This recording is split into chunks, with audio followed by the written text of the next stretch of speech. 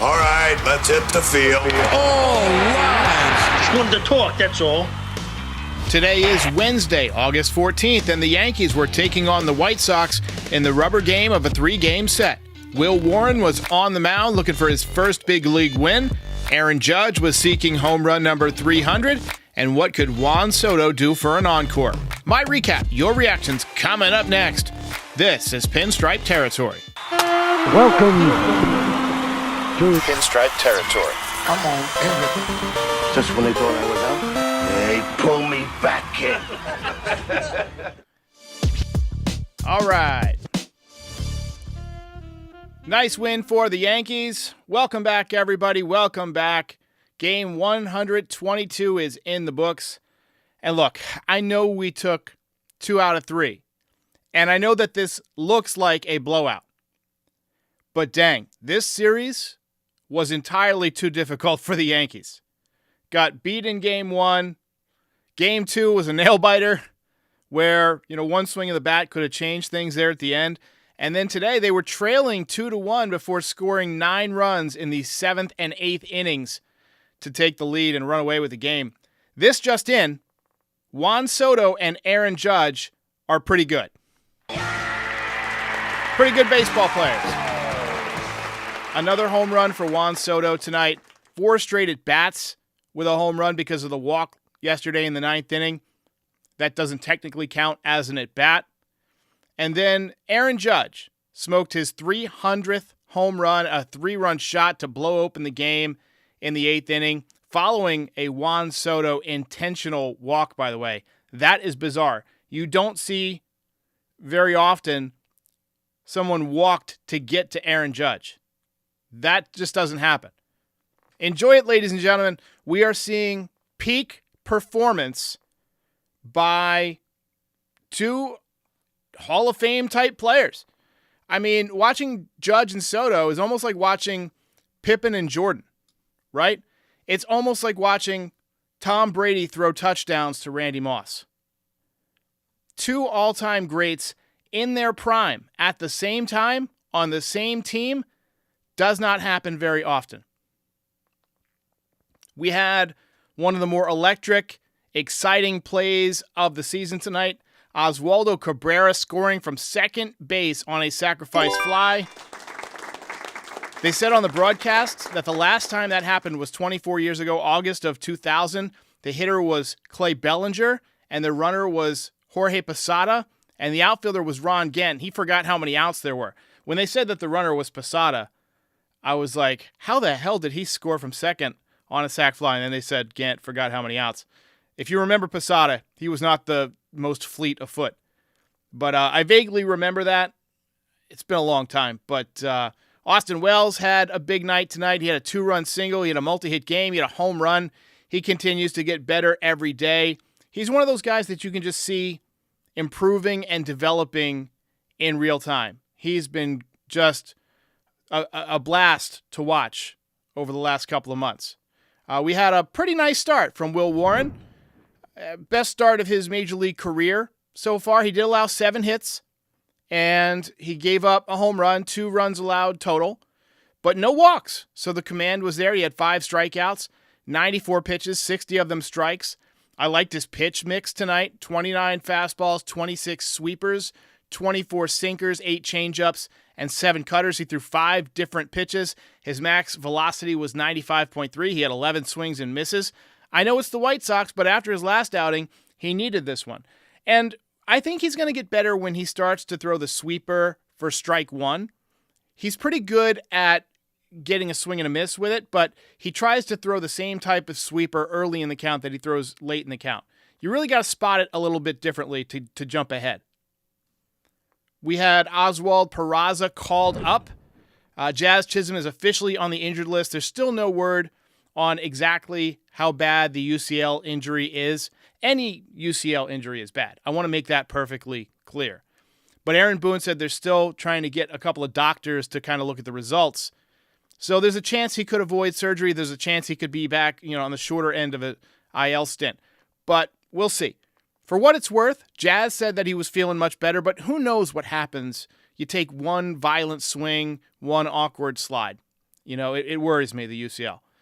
But in the meantime, it'll be interesting to see how much of a chance they actually give Oswald Peraza this time. He was red hot in AAA. You'd like to take advantage of a red hot bat that's, moderately fresh because he didn't play much in the beginning of the season. Sounds like they intend to give him a shot against lefties. We'll see. Oswaldo Cabrera had another really good night tonight. I'd like to see him continue to get more opportunities versus both righties and lefties, to be honest. I mean, he brings a ton of energy. He's really, changed my views on him over the last couple of weeks. He has he got off to that great start, and then he kind of leveled back down. Like he stunk for a while, and I thought, he's going to regress to what he was last year. But he's shown me something. He's made some adjustments, and he's been really good. So anyway, good luck to Peraza. This could be one of his final chances to make an impact with the Yankees. And now there are just 40 games to go. I know that Yankees fans a lot of the time are very critical of Aaron Boone, and there's a real dichotomy between how the organization looks at Aaron Boone as, this great manager, and how a lot of fans think about him.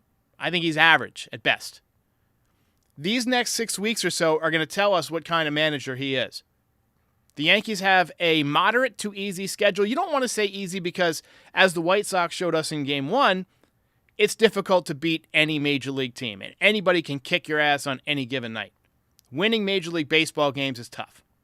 But the Yankees are in a good position. I want to see how this team responds down the stretch to this pressure. People say all the time, it's not a marathon, or it's not a sprint, it's a marathon. Right? 162 games, you basically break it down to 4 40-game stretches with a couple extra games thrown in there. And as of right now, the Yankees have 40 games left, roughly a quarter of the season. It's not a marathon anymore. It's a sprint to the finish line. You pulled a half game ahead of the Orioles tonight. You got a chance to win the division. You got a chance to win home field advantage. There's no more trades coming. There might be a few additional players who could be added to the roster. Obviously, Clark Schmidt coming back is big. Ian Hamilton, Nick Birdie, John Birdie, maybe the Martian at some point. But other than that, this team is either going to win the division or have to play the wild card. The team presently constructed. We don't know how long Jazz is going to be out. Somebody's got to step up. They got a chance to earn home field advantage in the playoffs, which is huge. Yankee Stadium in the postseason is a different animal. Though the Yankees haven't played well at home this year. But imagine Juan Soto or Aaron Judge on one of these kind of streaks in the playoffs. Going to be loud. And when you look ahead at potential playoff matchups, Mariners have a very dangerous pitching staff. Could match up with them. The Astros are red hot right now. They seem to make it to the ALCS every year. They're the team I want to beat in the ALCS, no question. The Guardians have a very good team. Yankees have handled them in the past. They pretty much own the Central. And the Baltimore Orioles are always dangerous. But that's essentially the playoff picture. And the Yankees can, if they play well, beat every single one of those teams. Every single one of them.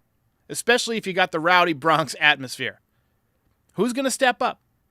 Who's going to crack under the pressure? We're about to find out.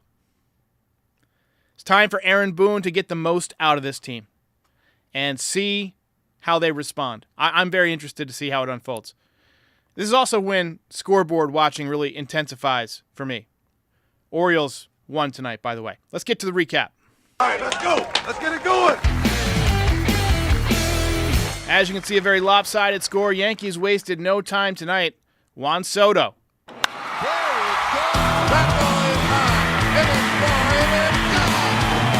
Splashdown.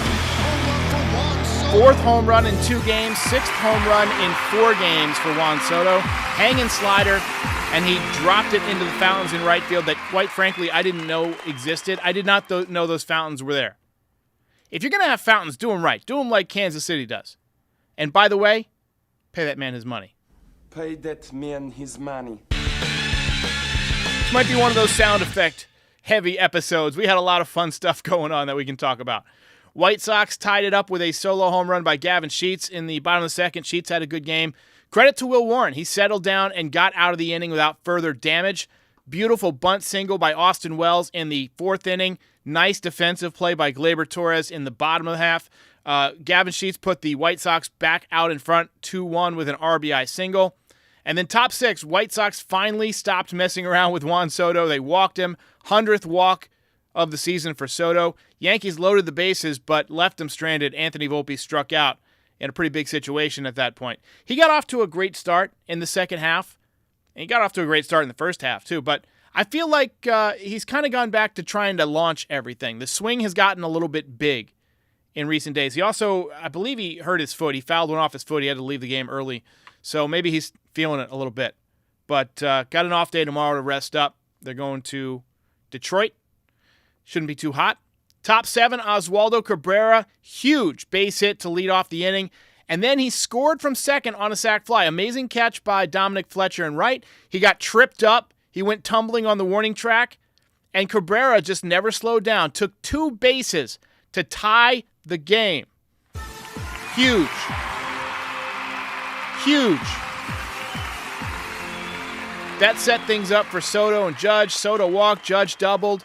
Austin Wells brought 2 runs in with a base hit. He had a big game. Oswaldo extended the lead even further, 5-2 with an RBI single in the 8th inning. John Flaherty said it best tonight. He was in the middle of everything. Winning baseball. Hustle. More of that, please.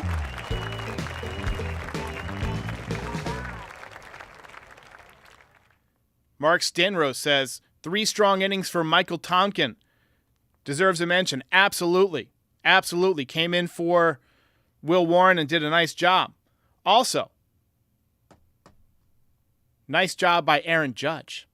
In accordance with the prophecy, they walk Juan Soto to bring up Aaron Judge in a position to make history.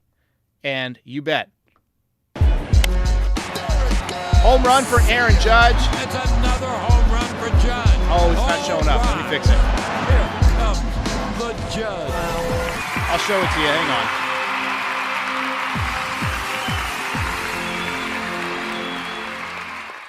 So we're going to take a look at it. It was a 3-0 pitch. Inside, he brings his hands in and rips it into the bullpen for a 3-run jack. Nice shot from Aaron Judge. 110 RBIs on the season. He got to 300 home runs, 132 games faster than any other player. That stat is just ridiculous to me. Also, second day in a row that Nostra Derek has hit with the prediction. All right. That is destiny fulfilled. Diego Carlin says, how did Tonkin get a save? We'll talk about it. There are rules that allow you to get a save without, having a 3-run deficit. So talk about that in just a second.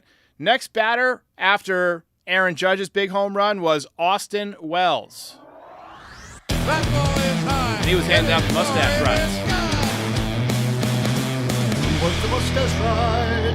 9th home run of the season for Austin Wells. As we mentioned, Michael Tonkin pitched 3 innings to end the game, and there's a rule that if you throw the final 3 innings of the game in a victory, you get the save. 3 scoreless innings, so a nice job from Michael Tonkin.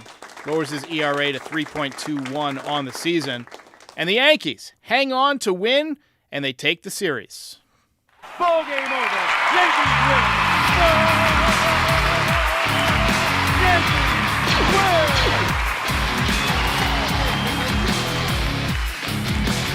All right. You're a winner. All right, we got 6 more Super Chats that I want to get to. So we'll do those, and then we will get to the Belt Award because I still need a minute to think about it. So Ian1216 says, I've said it 299 times, and I'll say it again. It's simple. Whatever he hits, he destroys. And does the Spartan 300 chant. I've actually never seen the movie 300. I know that This Is Sparta line, but I've never seen that movie. It's on my list, so I know everybody in the chat is going to be like, oh my God, you haven't seen it? I will see it. It's happening in the near future. And I think there's a part 2, right? So I want to check that out also.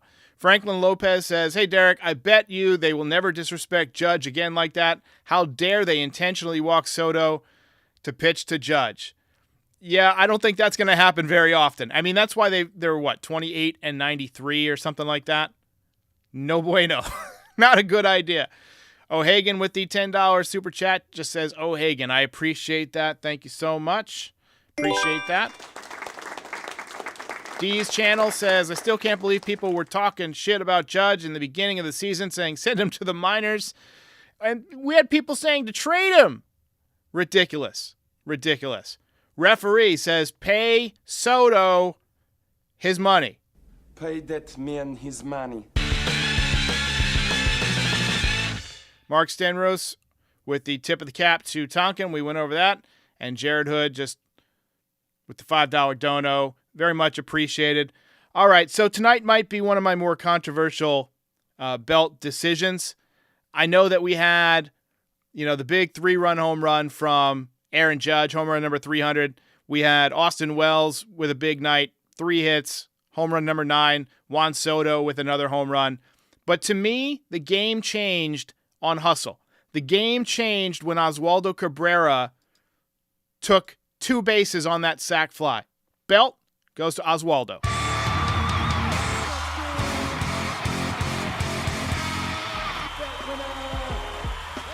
All right. Jared Williams says he was never worried about Judge. Neither was I. If you go back and watch the recaps from early on in the season, I was telling you, it's just a slump, just a little bit of timing. We actually, look, I don't want to take 100% of credit for this because he's still got to hit the ball. But I did put out a video at some point in late April where I pointed out that he was just starting his leg kick just a fraction too late, a fraction later than last season. And the very next day he started hitting. Did I fix Aaron Judge? Did I put him back on the Hall of Fame track? Maybe. But credit goes to the big man.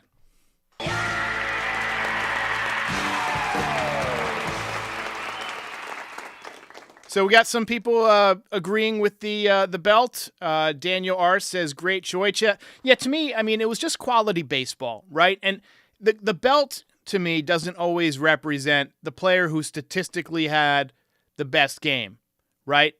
To me, a lot of times it means the player who played the best winning baseball, who contributed the most to the win. And I felt like he really contributed to the win in a way that nobody else really did tonight with that hustle. So nice job from Oswaldo Cabrera, the wizard of Oswaldo. Rara wants a team belt. It was a good team victory. Adam Warren obviously pitched pretty well. Michael Tonkin coming up big, saving the bullpen a little bit. We didn't have to use Holmes. We didn't have to use Weaver. That was nice. You were thinking when it was 2-2 that this could end up maybe being an extra inning game. And I'm thinking, oh man, battle of the inept right here with the 2 bullpens. But, luckily we exploded for 9 runs there in the 7th and 8th, unanswered by the White Sox. So let's take a few more comments here. What do you say?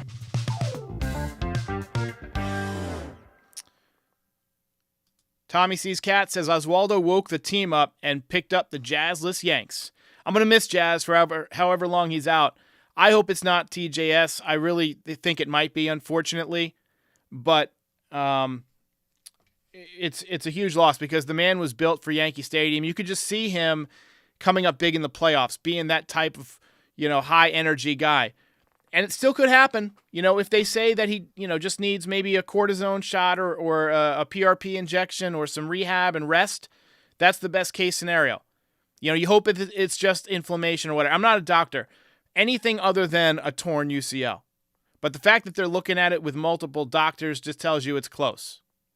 It's close. But the save situation says, was Glaber playing tonight? Yeah, Glaber was in the lineup at second base. He went 0 for 4. He is now hitting .236 on the season. All right, let's get a few final thoughts here.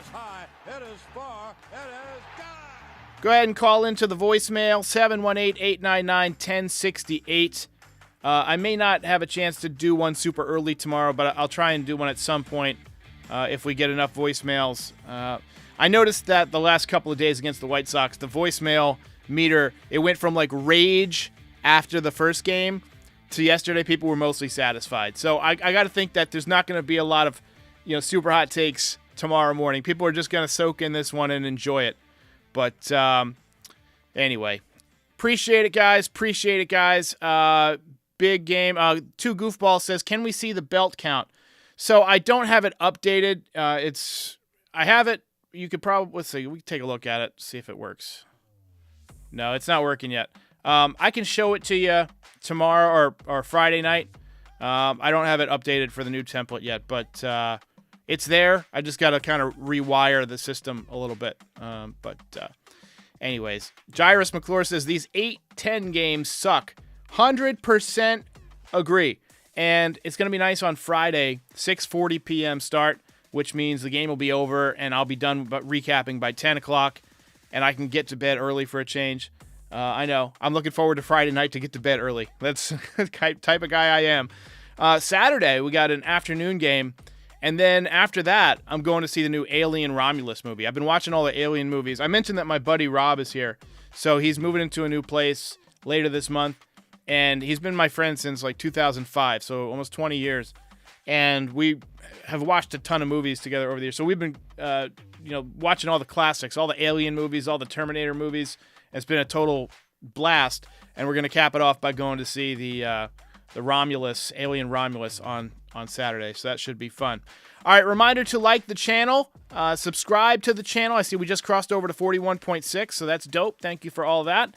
Follow all the other Foul Territory Network podcasts. We got, obviously, the main one, Foul Territory, on which we'll have also Fair Territory with Ken Rosenthal tomorrow, and then we'll have... we got Dodgers Territory that we're on today. They also have their own channel, Hammer Territory. You got Northside Territory for the Cubs. You got the Phillies show. So a lot of good stuff coming. I'm sure there's more coming down the line. So stay tuned for that. One more final super chat here. CM says, Stroman making $18 million. Didn't want to pay Hader $19 million. How's Hader doing? I know he got off to a tough start this year, but I think he's probably been better lately since the Astros have been on fire. All right, ladies and germs, I'll see you next time. Ball game over. If you enjoyed this video, please drop a like and give us a subscribe. It helps other Yankees fans find the channel. We're also on all your favorite podcast platforms and social media. Join the community, have some fun. We're here after every game. This is Pinstripe Territory.